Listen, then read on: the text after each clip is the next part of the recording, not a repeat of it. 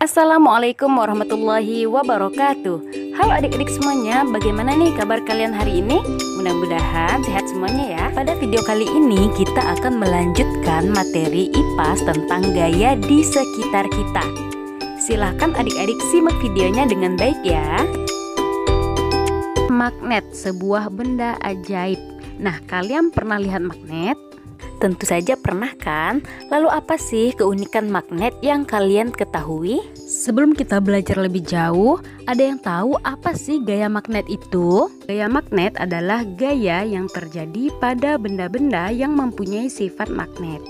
Magnet mempunyai dua kutub, yaitu kutub selatan dan juga kutub utara. Nah, interaksi yang terjadi akibat gaya magnet ada dua, yaitu tarik-menarik dan tolak-menolak. Jadi tarik-menarik terjadi apabila dua kutub yang berbeda didekatkan. Sedangkan tolak-menolak dapat terjadi apabila dua kutub yang sama didekatkan. Adik-adik tahu nggak sih, ternyata magnet itu banyak sekali digunakan dalam kehidupan kita sehari-hari. Hanya saja terkadang kita yang tidak menyadarinya. Contoh yang pertama ada tutup lemari es. Nah, ketika kita membuka tutup lemari es lalu menutupnya kembali, tutup lemari es akan menempel dengan sangat erat. Mengapa hal tersebut bisa terjadi? Tentu saja karena adanya magnet yang membuat pintu lemari es tadi menutup dengan rapat. Kemudian contoh selanjutnya ada kompas. Ya, ini adalah kompas ya. Nah, kompas ini merupakan alat bantu untuk menentukan arah mata angin. Jadi biasanya kompas ini digunakan oleh orang-orang yang suka berpetualang. Nah, jadi orang yang suka berpetualang harus dapat menguasai kompas. Mengapa?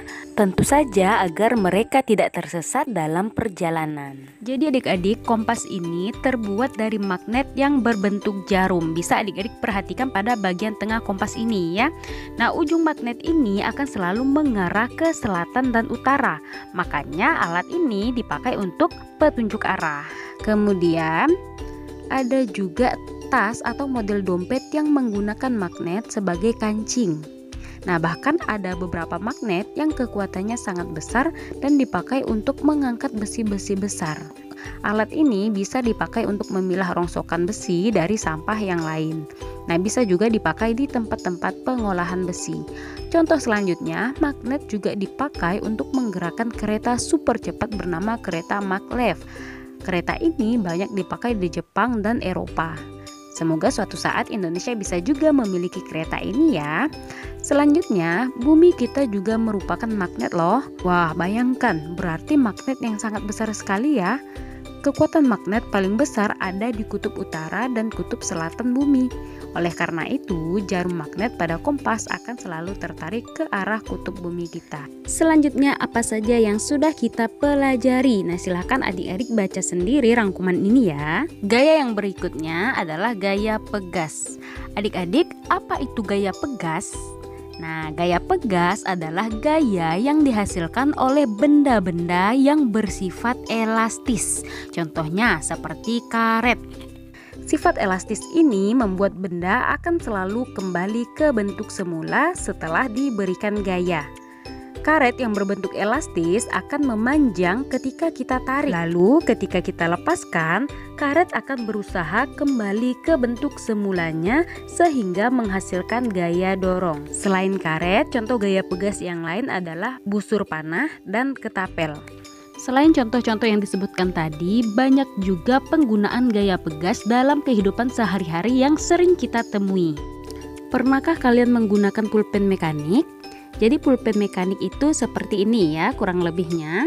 Nah, pada pulpen ini kita bisa mengeluarkan dan memasukkan ujung tintanya dengan menekan tombol yang disediakan. Pulpen tipe seperti ini menggunakan per di dalamnya. Jadi per adalah benda elastis selain karet dan banyak digunakan dalam benda pegas. Pegas juga banyak dipakai di alat timbangan. Umumnya dipakai oleh petani atau nelayan untuk menimbang. Nah, bentuknya kecil sehingga praktis dan mudah dibawa. Apakah kalian pernah melihatnya? Ya, mungkin pernah semuanya ya. Per biasanya juga digunakan di dalam kasur. Model kasur seperti ini dinamakan kasur per atau spring bed. Selanjutnya, kendaraan bermotor juga ada yang menambahkan pair dengan fungsi yang sama. Umumnya pair ini dinamakan suspensi atau akrab disebut dengan shock breaker. Ada pula alat olahraga yang bernama trampolin. Alat ini menggunakan kain yang tebal dan kuat serta per di sekelilingnya. Saat orang melompat di trampolin, per dalam alat ini akan mendorong orang tersebut. Nah, akibatnya orang ini akan memantul tinggi. Semakin keras lompatan kita, maka semakin tinggi pantulannya. Gaya yang selanjutnya yaitu gaya gravitasi bumi. Nah, gaya gravitasi bumi adalah gaya yang disebabkan oleh gaya tarik yang dihasilkan oleh bumi. Pernah gak sih kalian bertanya-tanya mengapa benda bisa jatuh? Mengapa kita tidak bisa melayang di udara? Saat benda jatuh, seakan-akan ada sesuatu yang menarik benda ke bawah. Begitu juga ketika kita melompat, seakan-akan ada sesuatu yang menarik sehingga kita tidak bisa melayang. Nah, ternyata adik-adik, hal ini terjadi karena adanya gaya yang disebut dengan gaya gravitasi. Nah, pusat gravitasi bumi ada pada inti bumi. Di mana sih inti bumi itu? Inti bumi ada di bagian bumi paling dalam. Nah, gaya gravitasi bumi ini akan menarik benda-benda yang ada di bumi ke intinya. Hal inilah yang menyebabkan benda-benda di bumi tidak melayang-layang. Jika tidak ada gaya gravitasi, semua benda yang kita lemparkan ke atas dapat dengan mudah hilang karena melayang ke angkasa. Bahkan manusia sendiri dapat terbang dan sulit untuk kembali ke rumah. Adik-adik semuanya tentu tahu pesawat terbang kan? Nah, pesawat terbang menggunakan gaya angkat untuk melawan gaya gravitasi. Untuk bisa terbang, pesawat harus menghasilkan gaya angkat yang lebih besar dibanding gaya gravitasi. Nah, gaya angkat ini diciptakan oleh sayap pesawat. Namun, untuk menciptakan gaya angkat, sayap pesawat memerlukan kecepatan. Kecepatan ini diciptakan dari tenaga pendorong mesin jet yang dimiliki pesawat terbang. Nah, untuk helikopter, gaya angkat dihasilkan dari baling-balingnya. Adik-adik, gaya gravitasi itu tidak dapat kita lihat. Akan tetapi, pengaruhnya pasti dapat kita rasakan seumur hidup. Nah, bukti adanya gaya gravitasi dapat kita temukan dalam kehidupan sehari-hari. Jadi, beberapa contoh gaya gravitasi dalam kehidupan sehari-hari adalah sebagai berikut. Contoh yang pertama, seperti buah apel yang jatuh dari pohon ke semak-semak di bawah pohon. Kemudian contoh lainnya ada kelereng yang menggelinding di atas meja lalu jatuh ke lantai. Berikutnya, bola yang dilempar ke atas akan jatuh kembali ke tanah. Kemudian adik-adik, semakin besar massa atau berat benda, maka gaya gravitasinya akan semakin besar pula. Sebaliknya, semakin ringan massa suatu benda, maka akan semakin lambat pula gaya gravitasi menariknya jatuh. Misalnya perbedaan antara batu dengan kapas. Nah, tentu saja batu lebih berat atau lebih besar masanya dibandingkan kapas. Nah, berat batu mengakibatkan gerak jatuhnya lebih cepat daripada kapas yang ringan. Bentuk kapas yang juga cenderung melebar mengakibatkan hambatan udara lebih besar daripada batu. Oleh sebab itu, gerak jatuh kapas lebih lambat daripada batu. Jadi adik-adik, gaya gravitasi itu sangat berguna sekali untuk kehidupan di bumi. Salah satunya adalah menahan benda-benda agar tetap berada di permukaan bumi. Nah, bayangkan jika tidak ada gaya gravitasi, berarti benda-benda akan berhamburan dan saling bertabrakan.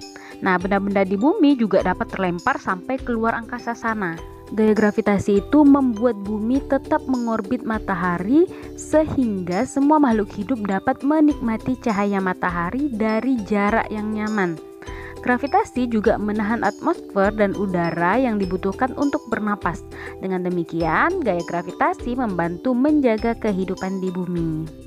Dan yang paling penting, gaya gravitasi itu sangat mempermudah aktivitas manusia sehari-hari. Sebab kegiatan manusia tidak lepas dari adanya gaya gravitasi, misalnya berjalan kaki, berlari, dan berkendara. Dan tentu saja kita tidak akan bisa berjalan atau berlari dengan baik tanpa adanya gaya gravitasi. Baik, kita cukupkan sampai di sini materi tentang gaya. Semoga adik-adik paham dengan apa yang sudah disampaikan dan sampai jumpa.